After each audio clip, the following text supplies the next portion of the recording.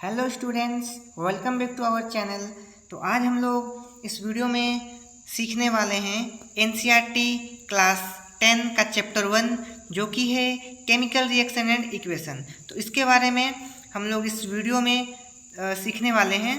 तो आइए वीडियो को स्टार्ट करते हैं। तो ये रहा हमारा इस जो चैप्टर है, इसका कंटेंट है। इस चैप्टर में हम लोग कौन कौन चीज़ों को देखने वाले हैं आप लोग देख सकते हैं। जैसे कि पहला नंबर में है व्हाट आर केमिकल रिएक्शन, ठीक है।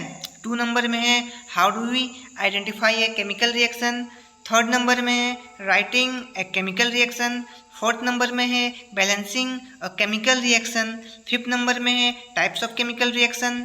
और पॉइंट नंबर 6 से जो 11 तक है वो है टाइप्स ऑफ केमिकल रिएक्शन है, ठीक है। जो कॉम्बिनेशन रिएक्शन है, डिकम्पोजिशन रिएक्शन है, डिस्प्लेसमेंट रिएक्शन है, डबल डिस्प्लेसमेंट रिएक्शन है, ऑक्सीडेशन एंड रिडक्शन है और कोरोजन एंड रेंसिडिटी, जो भी है ये टाइप्स ऑफ केमिकल रिएक्शन है। तो हम लोग इस वीडियो में ये सब सारी चीज़ों को अच्छे से इसमें सीखेंगे। तो आइए वीडियो को स्टार्ट करते हैं। तो इससे पहले अगर आप लोग इस चैनल पे नए हैं तो चैनल को सब्सक्राइब कर दीजिएगा और बेल के आइकन को भी प्रेस कर दीजिएगा ताकि ऐसे ही वीडियो आप तक पहुंचते रहे। ऐसे ही एजुकेशनल वीडियो जो कि है एनसीईआरटी का ये चैप्टर 1 है। इसके बाद चैप्टर जो 1 है इसका क्वेश्चन का जो है उसका वीडियो आएगा। तो आइए हम लोग बिना किसी देरी के वीडियो को स्टार्ट करते हैं। तो फर्स्ट में हम लोग देखेंगे कि व्हाट आर केमिकल रिएक्शन, यानी केमिकल रिएक्शन होता क्या है।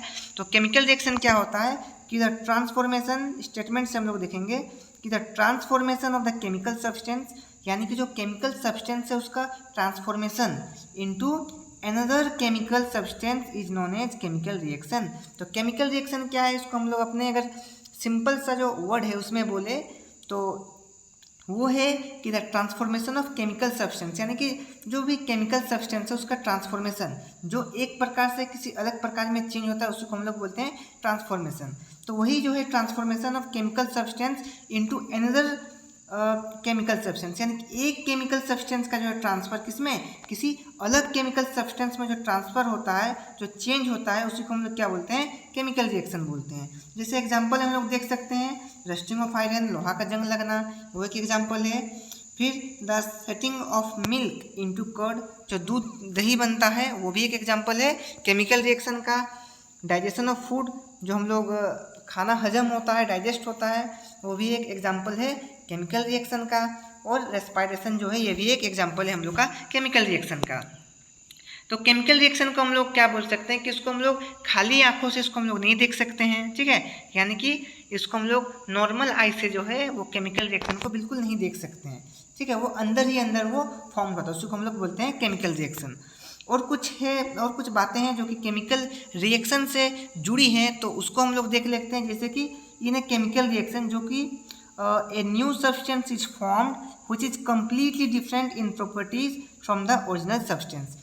ये एक पॉइंट है कि जो हम लोग का जो केमिकल रिएक्शन होता है उसमें क्या होता है कि हम लोग जो केमिकल रिएक्शन होता है उसमें क्या होता है, हमेशा एक न्यू सब्सटेंस से एक नया सब्सटेंस बनता है जो कि पूरी तरह से अलग होता है, ठीक है। इज कम्प्लीटली डिफरेंट, वो पूरी तरह से अलग होता है in properties from the original substance, यानी कि जो ओरिजिनल सब्सटेंस रहता है उससे पूरी तरह से अलग होता है जो न्यू सब्सटेंस फॉर्म होता है, ठीक है। इसका मतलब यही है कि जो केमिकल रिएक्शन जब होता है तो केमिकल रिएक्शन होने के बाद जो हमारा ओरिजिनल सब्सटेंस रहता है वो ओरिजिनल सब्सटेंस जब केमिकली जो आपस में रिएक्ट होता है, फिर जब रिएक्ट होने के बाद जब वो एक नया सब्सटेंस बनाता है ना, तो उसका जो ये प्रॉपर्टीज़ है वो क्या होता है, कम्प्लीटली डिफरेंट रहता है किससे, ओरिजिनल सब्सटेंस से। तो इसीलिए हम लोग यहाँ बोल सकते हैं कि सो इन ए केमिकल रिएक्शन जो है, हम लोग केमिकल रिएक्शन एक केमिकल चेंज टेक प्लेस, क्या होता है, हम लोग केमिकल रिएक्शन में एक केमिकल चेंज होता है, ठीक है। उसमें कौन सा चीज़ होता है केमिकली, ओनली और रीअरेंजमेंट ऑफ एटम, ठीक है। जो क्या होता है केमिकल चेंज में जो एटम्स का है रीअरेंजमेंट, यानी कि जो वो लोग अरेंज रहते हैं एक प्रकार से, वो लोग जो अरेंज रहते हैं पहले से वो रीअरेंज होते हैं और आपस में केमिकली रिएक्ट होने के बाद एक नया प्रोडक्ट फॉर्म कर लेते हैं जो कि कम्प्लीटली डिफरेंट, यानी कि कम्प्लीटली अलग होता है ओरिजिनल सब्सटेंस से। तो उसी को हम लोग बोलते हैं केमिकल रिएक्शन। अब और एक पॉइंट दिया हुआ है कि द सब्सटेंस ठीक है। The substances which take part in a chemical reaction are called reactant, यानी कि जो सब्सटेंस हम लोग का केमिकल रिएक्शन में जो टेक पार्ट यानी कि हिस्सा लेते हैं उसको हम लोग बोलते हैं रिएक्टेंट। यानी कि ऐसे सब्सटेंस जो कि केमिकल रिएक्शन में हिस्सा लेते हैं उसको हम लोग बोलते हैं केमिकल रिएक्टेंट्स, ठीक है, उसको हम लोग बोलते हैं रिएक्टेंट्स, ठीक है। तो ये बहुत ही इंपॉर्टेंट चीज़ है, ये एग्जाम में ऑब्जेक्टिव में आता है, ये ऑब्जेक्टिव में आ सकता है, फिल इन द ब्लैंक्स में आ सकता है, तो इसको आपको याद रखने की ज़रूरत है।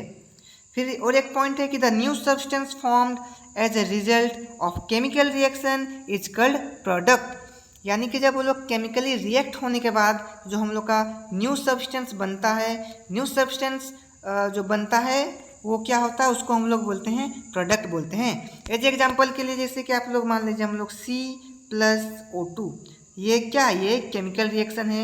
C4 क्या होता है, कार्बन, और O2 किसका फॉर्मूला है, ऑक्सीजन का। यानी कि कार्बन और ऑक्सीजन को जब हम लोग केमिकली रिएक्ट करवाएंगे तो हम ये क्या बन जाएगा, ये बन जाएगा CO2। तो इससे आपको ये समझना है कि जो C+O2 है जो हम लोग का which take part in chemical reaction, जो हम लोग का केमिकल रिएक्शन में हिस्सा लेने से C+O2, ये जो है इस वाले भाग को हम लोग क्या कहेंगे, इस वाले पार्ट को हम लोग बोलेंगे रिएक्टेंट, ठीक है। ये वाले पार्ट को हम लोग क्या बोलेंगे, रिएक्टेंट बोलेंगे, ठीक है। और जो आपस में केमिकली रिएक्ट होने के बाद जो प्रोडक्ट फॉर्म करेगा, यानी कि जो एक सब्सटेंस न्यू सब्सटेंस बनाएगा जिसका कि प्रॉपर्टीज टोटली डिफरेंट होगा किससे, ओरिजिनल, यानी कि ये ओरिजिनल हम लोग का ये सब्सटेंस है, यही ओरिजिनल है, तो ओरिजिनल से ये पूरी तरह से होगा डिफरेंट, तो इसको हम लोग क्या बोलेंगे, प्रोडक्ट बोलेंगे, इसको हम लोग क्या बोलेंगे, प्रोडक्ट बोलेंगे। तो सिंपल से जो वर्ड है इसमें ये समझना है कि जब हम लोग केमिकली जो केमिकल इक्वेशन है, ये केमिकल इक्वेशन है, इसके बारे में हम लोग आगे देखेंगे। तो सिंपल सा बात है, आप लोग इससे भी जान सकते हैं, जो तीर का निशान है, ये जो एरो का मार्क है, एरो के जो इस साइड, यानी कि ये कौन सा साइड है हम लोग का, ये हम लोग का है लेफ्ट हैंड साइड, जो भी आता है उसको हम लोग क्या बोलते हैं, उसको हम लोग बोलते हैं रिएक्टेंट, और जो हम लोग का राइट हैंड साइड में आता है उसको हम लोग बोलते हैं प्रोडक्ट। इसको आप लोग और एक भाषा से भी ये भी समझ सकते हैं, देखिए जब कोई भी चीज़ बनता है तो उसको क्या, यानी कि 2 या 2 से अधिक चीज़ से बनता है, तो कहीं भी अगर 2 या 2 से अधिक चीज़ रहेगा ये वाला, तो इसको हम लोग बोलेंगे रिएक्टेंट, यानी कि कोई दो चीज़ रहेगा वो लोग आपस में जब करेगा रिएक्ट तो उसी को हम लोग बोलेंगे रिएक्टेंट, और जो वही चीज़ जब रिएक्ट हो जाएगा, रिएक्ट होने के बाद जो फॉर्म करेगा उसको हम लोग बोलेंगे प्रोडक्ट। तो इतना तक पूरा होप आप सभी को समझ में आ गया होगा, क्लियर है। अगर इसमें कुछ डाउट है तो आप लोग कमेंट कर सकते हैं। तो इसके हम लोग आइए यहाँ तक तो कंप्लीट कर चुके हैं, इसका जो आगे वाला भाग है, आगे वाला पोर्शन है, उसको हम लोग डिस्कस करते हैं। अब सिंपल सा है कि how do we identify chemical reaction. अब तो हम लोग को ये समझ में आ गया कि हम लोग को केमिकल रिएक्शन होता क्या है, ठीक है, हम लोग का वो वाला चीज़ हम लोग को समझ में आ गया है। अब हम लोग को ये पता लगाना है कि how do we identify chemical reaction, यानी कि हम लोग पहचानेंगे कैसे कि ये एक केमिकल रिएक्शन है बोल के। हम लोग तो सब जानते हैं कि how many types of reaction, there are 2 types of reaction. एक होता है आपका कौन सा रिएक्शन, एक होता है फिजिकल रिएक्शन, एक होता है केमिकल रिएक्शन, ठीक है। तो हम लोग कैसे करके जानेंगे कि ये हम लोग का ये केमिकल रिएक्शन है, तो ये कुछ पॉइंट दिया हुआ है, ये पॉइंट को आप लोग जब जान जाइएगा तो ऑटोमेटिकली आप लोग को ये चीज़ पता लग जाएगा कि जो ये जो केमिकल रिएक्शन है हम लोग उसको कैसा करके आइडेंटिफाई करें। जैसे कि है हम लोग का चेंज इन स्टेट भैया। अब अगर मान लीजिए कोई चीज़ अगर आप उसका स्टेट चेंज करता है, अब अगर मान लीजिए कोई चीज़ आपका सॉलिड में रहेगा, ठीक है, कोई चीज़ कहाँ रहेगा, सॉलिड में रहेगा, और ये केमिकली रिएक्ट होने के बाद ये किस में चल जाएगा, लिक्विड में बन जाएगा, ठीक है, किस में बन जाएगा, आपका लिक्विड में बन जाएगा। तो इसमें आपको सिंपली ये इसमें आप क्या समझना है, ये समझना है यहाँ कौन सा चेंज हुआ, यहाँ पे केमिकल चेंज हुआ, यहाँ पे केमिकल रिएक्शन हुआ।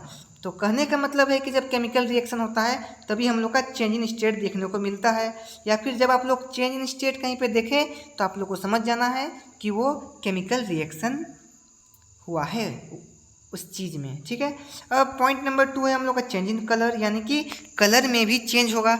अब मान लीजिए कोई भी चीज़ पहले रेड कलर का था, वो केमिकली रिएक्ट होने के बाद आपको कौन सा रंग में दिखा रहा है, ब्लू में रिएक्ट हो रहा है। आपको ये पता नहीं है कि ये कौन सा रिएक्शन है, पहले कौन सा था, पहले रेड में था लेकिन ब्लू हो गया, यानी कि चेंज इन कलर हो गया। तो चेंज इन कलर यानी कि जहाँ भी हो गया तो वो क्या हो जाएगा, वो भी हम लोग का केमिकल रिएक्शन हो जाएगा, ठीक है। फिर देखते हैं पॉइंट नंबर 3 में हम लोग देखते हैं एवोल्यूशन ऑफ गैस, ठीक है, यानी कि जो गैस का एवोल्यूशन यानी कि गैस का जो क्वांटिटी है वो चेंज होते रहेगा। जैसे कहीं मान लीजिए आपका वहाँ पे 10 ग्राम गैस था, वही केमिकली रिएक्ट होने के बाद कोई भी चीज़ से कर लिया रिएक्ट और वो 5 ग्राम हो गया, तो ये कर रहा वेरी कर रहा यानी कि ये चेंज हुआ। तो जो भी है हमारा एवोल्यूशन ऑफ गैस यानी कि जो गैस का अगर क्वांटिटी भी चेंज हो गया तो उसमें आपको समझ जाना है कि वो एक केमिकल रिएक्शन है।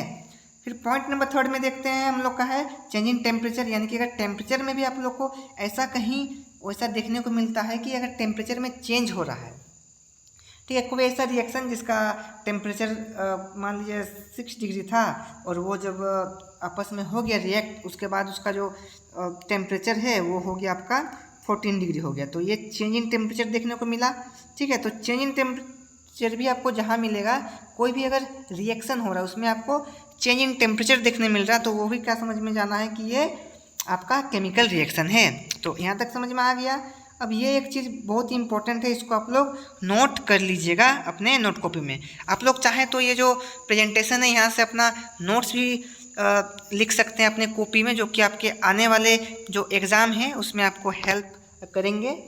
तो देखते हैं, ये बहुत ही एक इम्पॉर्टेंट चीज़ है ये वाला, ठीक है। इसको आप लोग अपने कॉपी में नोट डाउन करेंगे कि according to law of conservation, ठीक है, एक हम लोग का कंजर्वेशन का लॉ है, उसके हिसाब से क्या होता है कि द मास ऑफ मैटर, ठीक है, द क्या बोल रहा है कि the according to the law of conservation of mass, ठीक है, एक लॉ है, उसके आधार पे क्या होता है कि यहाँ पे मैटर कैन यहाँ पे neither be created nor be destroyed in a chemical reaction, यानी कि जो मास है, कोई भी हम लोग जो मैटर है, ठीक है, कोई भी मैटर है, तो अब आप लोग तो जानते होंगे कि मैटर क्या होता है, तो थोड़ा सा बोल देते हैं कि मैटर क्या होता है। तो उसका होता है definition, anything which occupy space and have मास, यानी कि ऐसा कोई भी चीज़ जो कि अपना स्पेस यानी कि जगह लेता है और उसका कुछ मास होता है, उसको हम लोग बोलते हैं मैटर बोलते हैं। तो वही है कि कोई भी हम लोग का जो मैटर है, ठीक है, उसका जो मास है उसको हम लोग क्या कर सकते हैं, उसका जो मास है उसको ना ही हम लोग कम कर सकते हैं और ना ही उसको हम लोग बढ़ा सकते हैं, ठीक है, ना ही उसको हाई कर सकते हैं। कोई भी जो चीज़ है, कोई भी मैटर है, उसका हम लोग जो मास है ना ही उसको हाई कर सकते हैं ना ही उसको लो कर सकते हैं। ये आपको याद रखना है। ये किसके अकॉर्डिंग है, ये आपके अकॉर्डिंग है लॉ ऑफ कंजर्वेशन के अकॉर्डिंग है, इसको आपको याद रखना है। तो आगे देखते हैं हम लोग। इतना तो हम लोग जान चुके हैं, पहले डिस्कस किए थे कि हम लोग का जो केमिकल रिएक्शन वो होता क्या है और हम लोग केमिकल रिएक्शन को किस तरह से पहचानेंगे। अब यहाँ है कि राइटिंग है केमिकल रिएक्शन, यानी कि केमिकल रिएक्शन को हम लोग किस तरह से लिख सकते हैं।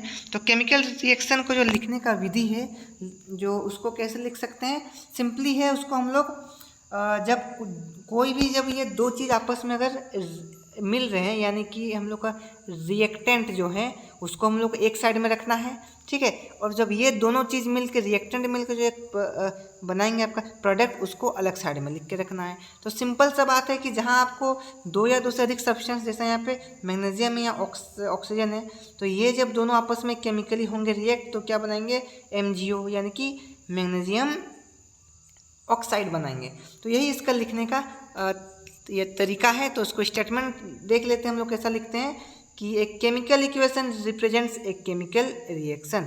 आपको ये याद रखना है कि जो हम लोग का केमिकल इक्वेशन है वो क्या करता है, केमिकल रिएक्शन को रिप्रेजेंट करता है, ठीक है, उसको उसी हिसाब से लिखा जाता है। यानी कि जो केमिकल रिएक्शन है उसको हम लोग किससे लिखते हैं, उसको हम लोग लिखते हैं केमिकल इक्वेशन से लिखते हैं। सिंपली से बात है, ये देखिए, जैसे आप लोग देख सकते हैं Mg+O2, ये एक हम लोग का केमिकल इक्वेशन है, ठीक है। और केमिकल इक्वेशन क्या है इसको हम लोग आगे में देखेंगे। तो उसके बाद हम लोग देखते हैं कि बैलेंसिंग ए केमिकल इक्वेशन, यानी कि जो हमारा केमिकल रिएक्शन है, ठीक है, केमिकल रिएक्शन तो हो जाएगा, अब केमिकल रिएक्शन को बैलेंस करना बहुत ही ज़रूरी है। ये एक बहुत ही इम्पोर्टेंट सब पार्ट है, इसको आपको अच्छी तरह से सीख लेना है, काहे कि यह जो है बैलेंसिंग से क्वेश्चन एग्जाम में आपके आते ही आते हैं, ठीक है। आप लोग क्लास 10 के प्रीवियस ईयर क्वेश्चन उठा के देख लीजिएगा, तो आपको जो यहाँ ये बैलेंसिंग से जो क्वेश्चन है वहाँ देखने को मिलेंगे ही मिलेंगे। तो सबसे पहला जो आप लोग करिएगा बैलेंस, उसमें आपको कौन सा चीज़ ध्यान रखना है, सबसे पहला देखना है कि to balance a chemical equation, यानी कि जब भी आपको केमिकल इक्वेशन को बैलेंस करना है तो क्या करना है कि first draw boxes around each formula, यानी कि जो भी हम लोग का फॉर्मूला है उसके आमने सामने इर्द गिर्द कहीं पे आपको इस प्रकार के बॉक्सेस बना लेना है, डब्बा बना लेना है, ठीक है। उसके बाद क्या है यहाँ पे, do not change anything inside the boxes, यानी कि जो बॉक्स के अंदर वाला है उसमें आपको कोई भी चेंज नहीं करना है व्हाइल बैलेंसिंग द इक्वेशन, जब आप लोग इक्वेशन को बैलेंस कर रहे हैं। फिर पॉइंट नंबर 2 में है यहाँ पे list the number of atoms of different elements present in the unbalanced equation, यानी कि जो अनबैलेंस्ड इक्वेशन है, अनबैलेंस्ड जो भी हम लोग का इक्वेशन है उसमें आपको क्या करना है, आपको जो नंबर ऑफ एटम है, ठीक है, नंबर ऑफ एटम है यानी कि कितना एटम उसमें आपका कम है या अधिक है, उसको आपको वहाँ पे लिस्ट करना है, यानी कि उसको फाइंड आउट करना है। एज एग्जाम्पल में आप लोग देख सकते हैं, जैसे कि मान लीजिए हमारा C+O2 हो जाएगा, तो ये CO2 हो जाएगा, ये केमिकल इक्वेशन है, ये आपको बैलेंस करना है। तो सबसे पहले क्या करना है, जो भी हम लोग का इसी को फॉर्मूला बोलते हैं, जो C है ये किसका फॉर्मूला, ये हम लोग का फॉर्मूला बोलिए चाहे एक सिंबल बोलिए, ये हम लोग का कार्बन का फॉर्मूला या सिंबल है, सिंपल सा है। अब इसके सामने जैसे पॉइंट है, इसके सामने क्या, हर एक फॉर्मूला के सामने एक इस टाइप का बक्सा बना लेना है आपको, ठीक है, इस हिसाब से। तो और उसके बाद क्या करना है, इसमें देखना है कि C देखिए यहाँ पे C है, यहाँ पे देखिए ये जो आपका यहाँ पे रिएक्टेंट का साइड है और ये प्रोडक्ट का साइड है। तो इसमें आपको ध्यान में रखना है कि सबसे पहला एलिमेंट क्या है, C है, यानी कि ये कार्बन है। देखिए इसमें आपका ये कितना है, कार्बन कितना है, 1 कार्बन है, तो यहाँ कार्बन आपका 1 है। और यहाँ ऑक्सीजन देखना है, ऑक्सीजन कितना है, ऑक्सीजन का कितना एटम है, 2 एटम है, तो ऑक्सीजन का 2 एटम है, ठीक है। ये आपका रिएक्टेंट साइड में ये चीज़ हो गया। अब यही चीज़ हम लोग देखेंगे आपका प्रोडक्ट जो साइड है, इधर भी हम लोग वही चीज़ आपका यहाँ पे देखेंगे, यानी कि अगर आपका यहाँ पे रिएक्टेंट के साइड में अगर 1 कार्बन है, 1 कार्बन है, तो आपको प्रोडक्ट के साइड में भी क्या होना चाहिए, इस साइड में भी आपको क्या होना चाहिए, आपका जो यहाँ पे एक ही कार्बन होना चाहिए, ठीक है। अगर यहाँ पे आपका रिएक्टेंट के साइड में अगर यहाँ पे ऑक्सीजन आपका 2 है, तो आपका ये जो प्रोडक्ट का साइड है इसमें भी ऑक्सीजन का संख्या कितना होना चाहिए, 2 ही होना चाहिए। अगर ये सेम है तो यानी कि ये वाला इक्वेशन आपका बैलेंस हो चुका है, ठीक है। तो यही चीज़ आपको ध्यान देना है बैलेंस करते टाइम, ठीक है। तो यही चीज़ें यहाँ पे जो है आपको यहाँ पे मेंशन किया हुआ है। तो इसके बाद हम लोग इसको थोड़ा सा डिटेल से देखेंगे कि कैसा बैलेंस ये किया जाता है। तो ये जो पॉइंट है इसमें से आप लोग अपना नोट्स बना सकते हैं। तो बैलेंसिंग हमको लगता है आप लोग समझ में आ गया होगा कि क्या है, कि आपको जो एटम है, जो प्रोडक्ट जो रहता है उस साइड में भी और रिएक्टेंट रहता है, यानी कि दोनों साइड में आपको इक्वल करना है नंबर ऑफ एटम्स को, ठीक है। उसी को हम लोग करते हैं बैलेंसिंग ऑफ केमिकल इक्वेशन। जैसे आप लोग देख सकते हैं ये वाला एग्जाम्पल, ठीक है, ये वाला एग्जाम्पल में आपको क्लियर हो जाएगा। ये तो छोटा है, फिर बाद में जब आप लोग को ये होगा, फिर NCERT का जब बुक आप लोग देखिएगा तो उसमें और भी एक्सरसाइज में क्वेश्चन दिया हुआ है, तो उससे भी आप लोग प्रैक्टिस कर सकते हैं। तो इसको हम लोग देख लेते हैं। जैसे आप लोग देख लेते हैं यहाँ पर हाइड्रोजन का, हाइड्रोजन देखिए, ठीक है, हाइड्रोजन का यहाँ पे कितना है, H2, ठीक है, H2 है, ठीक है, और यहाँ पे O2 है, सॉरी यहाँ पे 2H है, यहाँ पे 2H है और यहाँ पे O2 है, ठीक है, और यहाँ पे 2H2O है। अब देखिए यहाँ पे हाइड्रोजन का एटम क्या होता है, हमेशा याद रखिएगा कि ये जो साइड में रहता है ये नीचे होता है, ये दोनों आपस में मल्टीप्लाई होता है। तो देखिए जैसे आप यहाँ पे देख सकते हैं आप लोग, यहाँ पे हाइड्रोजन कितना है, यहाँ आप लोग देख सकते हैं हाइड्रोजन 4 एटम है, ठीक है, 2 2 जा 4 हो गया। ऑक्सीजन कितना है, ऑक्सीजन आपका यहाँ पे 2 ऑक्सीजन है, ठीक है, यानी कि हम लोग का जो इस साइड है इधर वाला हो गया। इसको हम लोग कौन सा साइड बोलते हैं स्टूडेंट्स, इसको बोलते हैं रिएक्टेंट का साइड, ठीक है। जो हम लोग का रिएक्टेंट का साइड में कितना 4 हाइड्रोजन एंड 2 ऑक्सीजन है।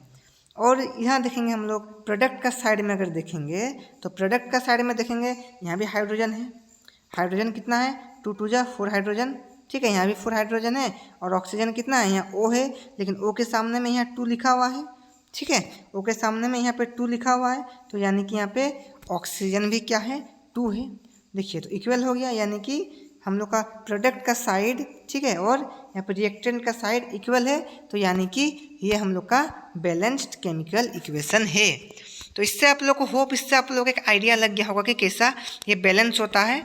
यानी कि आपको लोग को एटम गिनना है और एटम क्या करना है, यानी कि रिएक्टेंट के साइड में भी और प्रोडक्ट के साइड में भी दोनों साइड में आपको जो एटम्स का नंबर ऑफ एटम्स है आपको इक्वल करना है। ठीक है, तो यही है आपका जो बैलेंस होता है, बैलेंसिंग ऑफ केमिकल इक्वेशन।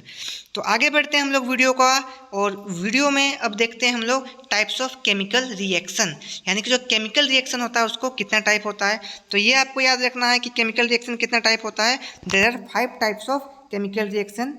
हमेशा याद रखना है कि जो यहाँ पे आपका केमिकल जो रिएक्शन है वो कितना टाइप्स का होता है, 5 टाइप्स का होता है। 1 में होता है आपका कॉम्बिनेशन रिएक्शन। ठीक है, अब सिंपल से हम लोग ये जो है ये जो 5 टाइप का जो केमिकल रिएक्शन है इसके बारे में हम लोग नीचे में करेंगे डिस्कस एक एक करके। तो इसमें पहले देख लेते हैं कि 5 टाइप्स ऑफ केमिकल रिएक्शन कौन कौन है। तो सबसे पहले कॉम्बिनेशन रिएक्शन, फिर होता है आपका डिकम्पोजिशन रिएक्शन, थर्ड में है डिस्प्लेसमेंट रिएक्शन, फोर्थ में है डबल डिस्प्लेसमेंट रिएक्शन, और फिफ्थ में है ऑक्सीडेशन एंड रिडक्शन, जिसको हम लोग बोलते हैं रिडक्स रिएक्शन। ये 5 टाइप ऑफ आपको जो केमिकल रिएक्शन है ये आपको दिमाग में याद रखना है। ये भी एग्जाम में इससे भी क्वेश्चंस पूछे जाते हैं। तो आइए हम लोग देखते हैं अभी एक एक जो रिएक्शन टाइप्स ऑफ रिएक्शन है उसको डिटेल से देखते हैं। तो वीडियो थोड़ा सा लंबा हो रहा है क्योंकि हम लोग जो ये चैप्टर है हम लोग एक ही वीडियो में इसको कंप्लीट कर रहे हैं, तो इसीलिए ये जो वीडियो थोड़ा लंबा हो रहा है। तो ये आइए हम लोग देखते हैं जो हम लोग का कॉम्बिनेशन रिएक्शन क्या होता है। तो कॉम्बिनेशन रिएक्शन क्या होता है, हमें से याद रखिए जाएगा कि द रिएक्शन इन विच 2 और मोर रिएक्टेंट कॉम्बाइन। ठीक है, इसको याद रखिएगा। क्या होता है हम लोग कॉम्बिनेशन रिएक्शन में 2 और मोर देन 2 रिएक्टेंट क्या होता है, आपस में मिलता है। क्यों मिलता है? मिलता है टू फॉर्म 1 प्रोडक्ट। ठीक है, किस लिए मिलता है? एक प्रोडक्ट फॉर्म करने के लिए, उसी को हम लोग कॉम्बिनेशन रिएक्शन बोलते हैं। अब सिंपली सब्सटेंस में आपको समझाए, सिंपली सेंटेंस में, तो क्या होता है 2 या 2 से अधिक सब्सटेंस मिलेगा। C+O2 इक्वल टू ये होगा, ये जब ये लोग आपस में करेगा रिएक्शन तो क्या बनेगा, CO2 बनेगा। तो इस प्रकार के इस टाइप के जो रिएक्शन है इसको हम लोग कॉम्बिनेशन रिएक्शन कर सकते हैं। सिंपली आप लोग ये बोल सकते हैं कि कॉम्बिनेशन रिएक्शन में क्या होता है कि 2 और मोर देन 2 रिएक्टेंट होते हैं, और वो लोग रिएक्ट होने के बाद क्या होते हैं, एक प्रोडक्ट बनाते हैं। उसको हम लोग बोलते हैं कॉम्बिनेशन रिएक्शन, सिंपल सा वर्ड। ठीक है, अब इसमें और कुछ पॉइंट है, इसमें हम लोग उसको पढ़ लेते हैं कि क्या होता है। जैसे कि कैल्शियम ऑक्साइड रिएक्ट यहाँ पे vigorously with water to produce slaked lime releasing a large amount of heat. ठीक है, तो ये सारे क्या है, ये स्टेटमेंट है आपके। ठीक है, ये स्टेटमेंट है, तो आपको इसमें से आपको नोट्स कर लेना है और सिंपली इसमें से ये चीज़ आपको सीखना है कि कॉम्बिनेशन रिएक्शन क्या होता है। कि इसमें कॉम्बिनेशन रिएक्शन में होता है 2 और मोर रिएक्टेंट, यानी कि 2 या 2 से अधिक रिएक्टेंट होते हैं। वो लोग एक दूसरे से कॉम्बाइन होते हैं, एक दूसरे के साथ में रिएक्ट करते हैं। किस लिए? ताकि वो लोग एक प्रोडक्ट फॉर्म कर सके। और वैसे रिएक्शन को हम लोग क्या बोलते हैं, वैसे रिएक्शन को हम लोग बोलते हैं कॉम्बिनेशन रिएक्शन बोलते हैं। ठीक है, अब एग्जाम्पल में हम लोग जैसे देख सकते हैं, यहाँ पे आपका एग्जाम्पल यहाँ पे है गिवन में, क्या है, कैल्शियम प्लस सल्फर। ठीक है, तो ये देखिए ये चीज़ क्या है, ये दोनों आपस में कॉम्बाइन हुए। यहाँ कितना सब्सटेंस है, ये 1 ये 2। ठीक है, यहाँ कितना एलिमेंट है, 2 एलिमेंट है, ये 1 एलिमेंट 2 एलिमेंट, ये दोनों एलिमेंट कंबाइन हुए और ये जब आपस में हो गए रिएक्ट तो क्या एक सब्सटेंस CuS बनाए। तो इसी को हम लोग बोलते हैं कॉम्बिनेशन रिएक्शन। यानी कि कॉम्बिनेशन रिएक्शन में क्या होता है, यानी कि यह आपका 2 या 2 से अधिक रिएक्टेंट होंगे और वो लोग दोनों करके रिएक्शन क्या होंगे, एक आपका प्रोडक्ट फॉर्म कर देंगे, उसको हम लोग बोलेंगे कॉम्बिनेशन रिएक्शन। ये समझ में आ गया आप सभी को। फिर हम लोग देखते हैं डिकम्पोजिशन रिएक्शन, ये क्या होता है। तो आप लोग ये समझ सकते हैं जो डिकम्पोजिशन रिएक्शन है ये ऑपोजिट ऑफ कॉम्बिनेशन रिएक्शन है। हम लोग जानते हैं कि जो हम लोग का कॉम्बिनेशन रिएक्शन में क्या होता था, कॉम्बिनेशन जो रिएक्शन था उसमें हम लोग को क्या होता, 2 या 2 से अधिक जो हम लोग का एलिमेंट है वो मिलता था और क्या एक प्रोडक्ट बनता था। ठीक है, जैसे हम लोग का क्या था कॉम्बिनेशन रिएक्शन में C+O2 हम लोग करते थे तो क्या बनता था, CO2 बनता था। ठीक है, यही चीज़ है। अब यही चीज़ इसका ऑपोजिट कर देंगे तो क्या होगा, इसमें एक रिएक्टेंट रहेगा। क्या होगा, डिकम्पोजिशन रिएक्शन में एक ही रिएक्टेंट रहेगा, लेकिन इसी को हम लोग जब हीट कर देंगे, ठीक है, तो ये क्या हो जाएगा, ये C+O2 में अलग अलग हो जाएगा। उसको हम लोग बोलते हैं डिकम्पोजिशन रिएक्शन। तो सिंपली आप लोग बोल सकते हैं कि डिकम्पोजिशन रिएक्शन जो होता है वो ऑपोजिट ऑफ कॉम्बिनेशन रिएक्शन होता है। ठीक है, तो कॉम्बिनेशन रिएक्शन में हम लोग को देखें, आपको ये चीज़ यहाँ मेंशन भी क्या है, ये डिकम्पोजिशन रिएक्शन है just opposite to combination reaction. यानी कि कॉम्बिनेशन रिएक्शन में होता है क्या था कि आपको 2 रिएक्टेंट दिया होता था, तो 2 जो रिएक्टेंट होता वो लोग मिलके क्या बनाता, एक प्रोडक्ट बनाता। ठीक है, दो रिएक्टेंट मिलके एक प्रोडक्ट बनाता। इसी का ऑपोजिट हो रहा है, यहाँ क्या है आपका एक रिएक्टेंट, वो क्या हो जाएगा आपका दो प्रोडक्ट फॉर्म कर देगा, उसको हम लोग बोलेंगे डीकम्पोजिशन रिएक्शन। बाकी हम लोग ये एग्जांपल देखेंगे तो समझ में आ जाएगा। देखिए ये जैसा है ZnCO3 है, ठीक है, ये इस साइड में क्या हो जाएगा, ये आपका इस साइड वाला, इसको हम लोग बोलेंगे रिएक्टेंट बोलेंगे। ठीक है, तो ये हो गया आपका रिएक्टेंट हो गया। तो एक रिएक्टेंट जब इसको हीट करेंगे तो ये क्या, ये स्प्लिट कर दिया इसको अलग अलग, यानी कि टू डिफरेंट इसको प्रोडक्ट में इसको फॉर्म कर दिया, यानी कि दो अलग अलग प्रोडक्ट में इसको तोड़ दिया। तो इसी को हम लोग बोलते हैं डिकम्पोजिशन रिएक्शन। तो समझ में आ गया। ये एग्जांपल ही आप लोग देख सकते हैं एल्युमिनियम वाला, इसमें भी वही चीज़ है। क्या है, इसमें एक रिएक्टेंट है और प्रोडक्ट कितना है, दो है। अब सेम चीज़ अगर होता है यहाँ पे, अब कॉम्बिनेशन रिएक्शन में क्या होता है, ये उल्टा हो जाता, ये दो आपका रिएक्टेंट होता, ये दो रिएक्टेंट होता और एक प्रोडक्ट होता। जबकि डिस्प्लेसमेंट रिएक्शन में क्या हो रहा है, आपका एक रिएक्टेंट हो रहा है और दो प्रोडक्ट हो रहा है। ठीक है, यहाँ तक समझ में आ गया। अब देखते हैं हम लोग और एक टाइप जो कि है डिस्प्लेसमेंट। अब यहीं से आप लोग को नाम से ही पता चल जा रहा है, जैसे कि ये है आपका डिस्प्लेसमेंट रिएक्शन। क्या होता है कि डिस्प्लेस कर देता है, यानी कि एक एटम को किसी और एक एटम से वो डिस्प्लेस हटा देता है। ये एग्जांपल में देखते हैं। जैसे मान लीजिए ये जो आपका एग्जांपल है, इसमें हम लोग बढ़िया से देखेंगे तो आप सभी को समझ में आ जाएगा। जैसे ये एग्जाम्पल देखिए, फर्स्ट वाला जो है आपका, फर्स्ट वाला है ZnCuSO4। ठीक है, क्या है, ZnCuSO4। ठीक है, अब ध्यान से देखिएगा, ये SO4 जो है ये Cu के साथ है। ठीक है, अभी SO4 जो है आपका ये कहाँ है, SO4 ये Cu के साथ है। लेकिन ये रिएक्शन होने के बाद देखिएगा, ये देखिए यहाँ पे इस साइड में देखिए, ये आपका रिएक्टेंट साइड में देखिएगा, ये जो जिंक है Zn, ये क्या है, सिंगल है, अकेला है। लेकिन ये रिएक्शन होने के बाद ये क्या हो जाएगा, Zn क्या हो जाएगा, ये SO4 के साथ इधर जुड़ जाएगा।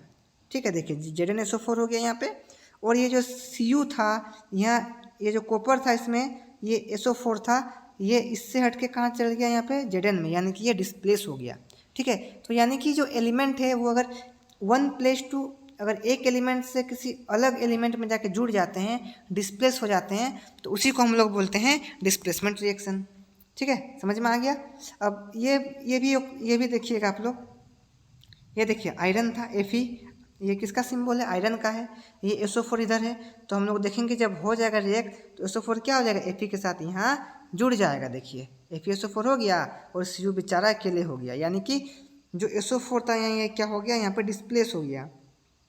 तो इसको हम लोग बोलेंगे डिस्प्लेसमेंट रिएक्शन। तो ये समझ में आ गया।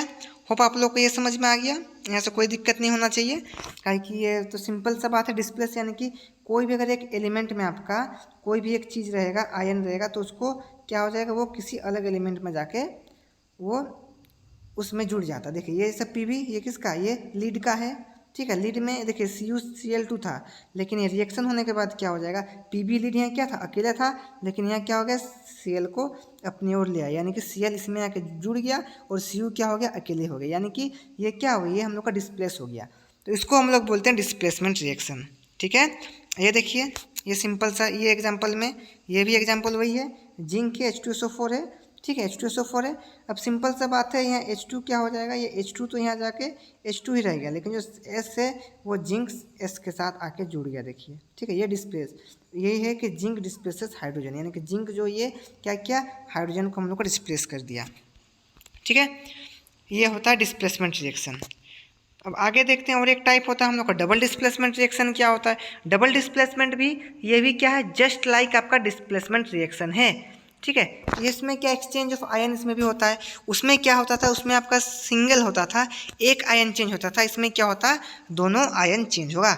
इस एग्जाम्पल में हम लोग देखते हैं, यहाँ देखिएगा AgNO3 है, NaCl है। इसका आयन क्या है, Na का आयन है Cl और Ag का है NO3। अब देखिए ये जब रिएक्शन हो जाएगा, रिएक्शन होने के बाद क्या हो जाएगा, Na के साथ है Cl, तो Cl कहाँ जुड़ जाएगा, Ag के साथ जुड़ जाएगा। ये देखिए Cl क्या हो जाएगा, Ag के साथ यहाँ ऐड हो जाएगा। ठीक है, और वही चीज़ यहाँ NO3 किसके साथ है, आपका Ag के साथ है, तो वही NO3 कहाँ जुड़ जाएगा, Na के साथ जुड़ जाएगा। Ag कहाँ के, देखिए है ना, ये Na के साथ आपका जुड़ गया। तो यही है डबल डिस्प्लेसमेंट, यानी कि जो सिंगल डिस्प्लेसमेंट होता है उसमें एक आयन डिस्प्लेस होता है, और ये जो डबल डिस्प्लेसमेंट है इसमें हम लोग का दोनों आयन जो है ये डिस्प्लेस हो जाएगा। ठीक है, समझ में आ गया? होप आप सभी को ये समझ में आ गया होगा। ये आपका डबल डिस्प्लेसमेंट रिएक्शन है। ठीक है, फिर थर्ड में देखते हैं आपका जो अदर टाइप ऑफ हम लोग का है ऑक्सीडेशन एंड रिडक्शन। ठीक है, ऑक्सीडेशन क्या होता है? सिंपल सा बात है, जो ऑक्सीडेशन है नाम से ही पता लग रहा है ये क्या है? ऑक्सीजन। ठीक है, तो ऑक्सीडेशन का मतलब ही होता है गेन ऑफ ऑक्सीजन, यानी कि ऑक्सीजन का एडिंग यानी कि जुड़ जाना, उसी को हम लोग बोलते हैं ऑक्सीडेशन। ठीक है, इसका हम लोग स्टेटमेंट में भी देख सकते हैं। क्या होता है? If a substance gain oxygen, अगर कोई सब्सटेंस क्या होता है? ऑक्सीजन गेन करता है, ऑक्सीजन प्राप्त करता है। कब? ड्यूरिंग रिएक्शन, यानी कि कोई भी सब्सटेंस अगर रिएक्शन के टाइम में ऑक्सीजन को गेन करता है, प्राप्त करता है, तो हम लोग उसको क्या बोलते हैं? ऑक्सीडाइज्ड। उसको हम लोग बोलेंगे ऑक्सीडाइज्ड हो गया। ठीक है, उसको हम लोग क्या बोलेंगे? ऑक्सीडाइज्ड हो गया। और if a substance loses oxygen, और अगर कोई सब्सटेंस अगर वो ऑक्सीजन को लूज़ करता है, कब लूज़ करता है? आपको लूज़ करता है जब हम लोग का केमिकल रिएक्शन होता है, उस टाइम अगर ऑक्सीजन को वो लूज़ करता है तो उसको हम लोग बोलते हैं रिड्यूस्ड। ठीक है, उसको हम लोग रिड्यूस्ड बोलेंगे। ऑक्सीडाइज्ड कब बोलेंगे? जब वो ऑक्सीजन को गेन करेगा, ऑक्सीजन ज़्यादा ये करेगा, तो उसको हम लोग ऑक्सीडाइज्ड बोलेंगे। और रिड्यूस्ड किसको बोलेंगे? जब ऑक्सीजन वो कम हो जाएगा। ठीक है, अब सेम उसी तरह if one reactant gets oxidise, अगर कोई एक रिएक्टेंट अगर ऑक्सीडाइज्ड होता है, यानी कि कोई एक रिएक्टेंट्स में जैसा ऑक्सीजन अगर बढ़ जाता है, वाइल अदर गेट्स रिड्यूस्ड, उसका मतलब क्या है? हम लोग का दो रिएक्टेंट है। ठीक है, मान लीजिए हम लोग के पास कितना रिएक्टेंट है? दो रिएक्टेंट है। और दो रिएक्टेंट में अगर मान लीजिए आपके पास एक रिएक्टेंट अगर ऑक्सीडाइज्ड हो गया, यानी कि उसमें ऑक्सीडेशन हो रहा है, तो दूसरे में रिडक्शन होना तय है, वो जरूरी है, वो होगा ही होगा। ठीक है, तो उसको बोलते हैं रिडक्शन। फिर और एक पॉइंट में है if a substance gain oxygen, अगर कोई सब्सटेंस ऑक्सीजन गेन करता है और लूज हाइड्रोजन, यानी कि हाइड्रोजन को लूज करता है, तो हम लोग उसको ऑक्सीडाइज्ड कहेंगे। ठीक है, यानी कि उसको ऑक्सीडेशन कहेंगे। कब? जब कोई भी सब्सटेंस हम लोग क्या करेगा? ऑक्सीजन को गेन करेगा, ठीक है, और हाइड्रोजन को लूज करेगा, उसको हम लोग बोलेंगे ऑक्सीडेशन बोलेंगे। ये एग्जाम्पल में यहाँ आप लोग जैसा देख सकते हैं, यहाँ क्या था? आयरन था। ठीक है, ये हम लोग का आयरन और जो Fe और O2 क्या है? ये दोनों हम लोग का रिएक्टेंट्स है। ठीक है, ये दोनों क्या है? हम लोग का रिएक्टेंट्स है, आयरन और ऑक्सीजन। ये ऑक्सीजन जो आयरन है ये क्या हो गया? ये ऑक्सीडाइज्ड हो गया, यानी कि सिंपल ऊपर में आपको समझाएं कि ऑक्सीडाइज जब होगा क्या होगा? ऑक्सीजन का मात्रा बढ़ जाएगा, ऑक्सीजन बढ़ जाएगा, तो उसी को हम लोग बोलेंगे ऑक्सीडाइज। तो आयरन क्या हो गया? यहाँ से आपका ऑक्सीडाइज्ड हो गया। देखिए, तो Fe के साथ क्या हो गया? आयरन आके यहाँ पे जुड़ गया, यानी कि ऑक्सीडाइज्ड हो गया। अब सेम चीज़ ऑक्सीजन क्या हो गया? यहाँ पे रिड्यूस्ड हो गया। ठीक है, O2 था, लेकिन यहाँ के क्या हो गया? O3 बन गया, यानी कि ऑक्सीजन क्या हो गया? यहाँ पे कम हो गया, तो उसी को हम लोग बोलते हैं रिडक्शन। ठीक है, ऑक्सीडेशन मतलब होता है गेन ऑफ ऑक्सीजन, और रिडक्शन मतलब होता है कि ऑक्सीजन जहाँ घट जाता है। ठीक है, यानी कि लॉस ऑफ ऑक्सीजन, उसको हम लोग बोलते हैं रिडक्शन। अब अलग टाइप में हम लोग देखते हैं कोरेजन। ठीक है, जो हम लोग का कोरेजन होता है, जैसे आप लोग फोटो में देख सकते हैं, ये जो फोटो है ये जंग लगता है। ठीक है, जितने भी हम लोग को लोहा का जो चीज़ होते हैं, लोहे के जो सब्सटेंस रहते हैं, उनको अगर कुछ दिन तक ऐसे ही छोड़ दिया जाए बाहर में, जो कि अपना एटमॉस्फेयर के कांटेक्ट में आके वो क्या होते हैं? रस्टिंग हो जाते हैं, यानी कि जंग लग जाते हैं, तो उसी को हम लोग रस्टिंग बोलते हैं। ठीक है, तो उसी को हम लोग यहाँ पे पढ़ेंगे वहाँ पे कोरेजन में। तो कोरेजन क्या होता है? Corrosion is defined as the process. ठीक है, तो हम लोग का जो यहाँ पे कोरेजन क्या है? वो एक प्रोसेस है इन विच, ठीक है, in which metal with atmosphere moisture and chemical resulting in the formation of rust. ठीक है, जो हम लोग का जंग लगता है, ठीक है, जंग लगने का जो विधि है, जंग लगने का जो प्रोसेस है, उसको हम लोग बोलते हैं कोरेजन। उसको हम लोग क्या बोलते हैं? कोरेजन बोलते हैं। जो रस्टिंग, यानी कि सिंपल वर्ड में हम लोग बोल सकते हैं कि the process of rusting is called corrosion, यानी कि जो जंग लगने का प्रोसेस है उसको हम लोग कोरेजन बोलते हैं। ठीक है, इतना तो समझ में आ गया आपको। अब ये क्यों होता है, ये जंग काहे लगता है, उसके बारे में हम लोग जानते हैं थोड़ा सा। तो इट इज ए प्रोसेस, ये क्या? ये प्रोसेस है where metals are attacked by moisture, acids etcetera. ठीक है, some daily examples of corrosion that you have many observed in the black coating that develops on article made of silver or green coating on copper articles. Corrosion occurs on the materials made of iron is rusting. ठीक है, यानी देखिए अब यहाँ corrosion हम लोग rusting किसको बोलते हैं? अगर कहीं हम लोग को लोहा अगर कहीं आयरन में अगर मान लीजिए हम लोग का अगर कोरोजन होगा तो उसको हम लोग रस्टिंग बोला जाता है, ठीक है। लेकिन अगर अलग कुछ चीज़ में, जैसे कि आप लोग यहाँ देख सकते हैं, आपका यहाँ पे है, यहाँ पे जो आपका सिल्वर है, ठीक है, तो सिल्वर में किस कलर का होता है, ग्रीन कोटिंग लग जाता है, ठीक है।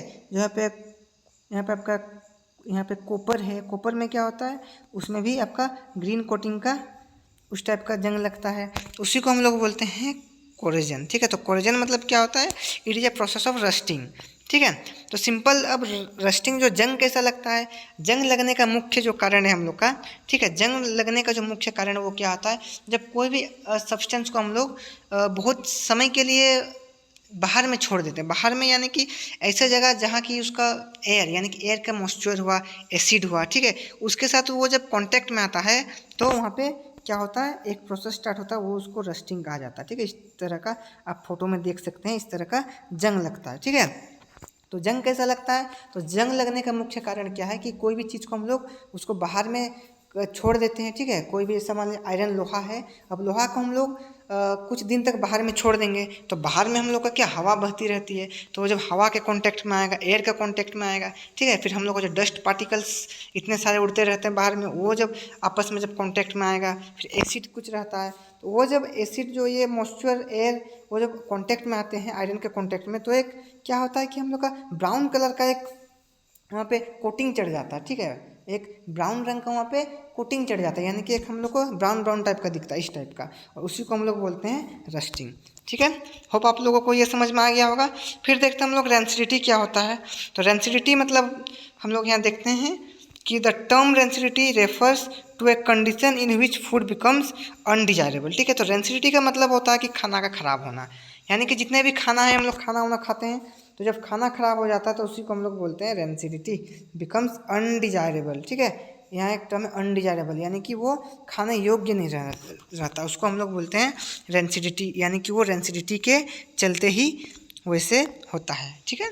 और रेंसिडिटी में क्या होता है, it is often used to describe the oxygen content of oil in a term used to describe the oxygen damage in food, यानी कि जो खाना रहता है, खाना क्या ऑक्सीजन उसको डैमेज कर देता है, ठीक है। फिर थर्ड पॉइंट में, one oxygen molecules interact with oil and food the normal structure of the food is damage. जब भी हम लोग ऑक्सीजन का मॉलिक्यूल जो है वो ऑयल और जो फूड के कांटेक्ट में आता है, यानी कि दोनों आपस में मिलता है, तो उस टाइम क्या होता है, हम लोग का जो नॉर्मल स्ट्रक्चर ऑफ फूड हो वो डैमेज हो जाता है। उसके कारण क्या होता है कि हम लोग का resulting in change in odour and taste, उसके कारण से हम लोग का जो खाना रहता है, भोजन रहता है, वो सेंट मारने लगता है, यानी कि उसका जो सेंट रहता है, उसका जो फ्रेग्रेंस रहता है वो ख़राब हो जाता है, और वो टेस्ट में भी खाने योग्य बहुत ही ख़राब लगता है। It is not recommended for consumption, ठीक है। वो हम लोग का जो शरीर है, जो हम लोग का शरीर है, उसके लिए ये कंजप्शन नहीं, उसको खाया नहीं जा सकता है, ठीक है। जैसे कि हम लोग एग्जाम्पल में देख सकते हैं,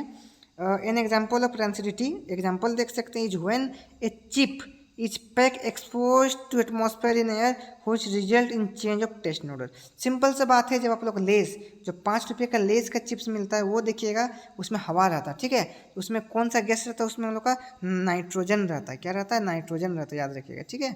तो ये जो नाइट्रोजन रहता है, ये नाइट्रोजन उसमें क्या करता है, आप लोग का जो फूड है, उसके अंदर का जो फूड है उसको ऑक्सीजन से कॉन्टैक्ट, ठीक है, ऑक्सीजन से कांटेक्ट में आने से बचाता है, जिसके कारण जो वो उसका टेस्ट मतलब सही से रह पाता है, उसको हम लोग बहुत दिन बाद भी खा सकते हैं, ठीक है। जो चिप्स है, वही चिप्स को आप लोग कुछ दिन बाद अगर बाहर में उसको छोड़ दीजिएगा, वो पैकेट खोल के रख दीजिएगा, तो कुछ दिन बाद वो ख़राब हो जाएगा। वो एटमॉस्फेयर का जो कॉन्टैक्ट, ऑक्सीजन का कॉन्टैक्ट में आएगा, तो वो उसको ख़राब होना ही है, और उसका जो टेस्ट रहेगा वो टेस्ट भी आपको सही नहीं लगेगा, और उसमें सेंट मारना स्टार्ट हो जाएगा, ऑर्डर, यानी कि वो टेस्ट, उसका जो टेस्ट है वो ख़राब हो जाएगा, उसमें फ्रेग्रेंस, उसका जो सेंट है वो भी खराब आएगा। जैसे कि आप लोग घर में देख सकते हैं, जो ब्रेड है, इसको कुछ दिन तक आप लोग ऐसे ही रख दीजिएगा बाहर में, ये ऑक्सीजन के साथ अटैक होने के बाद कुछ इस तरह से ब्लैक ब्लैक टाइप का हो जाता है, ठीक है। अब ये जैसे टमाटर है, वो टमाटर भी जब हम लोग का सड़ जाता है तो इस टाइप का हो जाता है, ठीक है। तो इसी को हम लोग बोलते हैं रेंसिडिटी।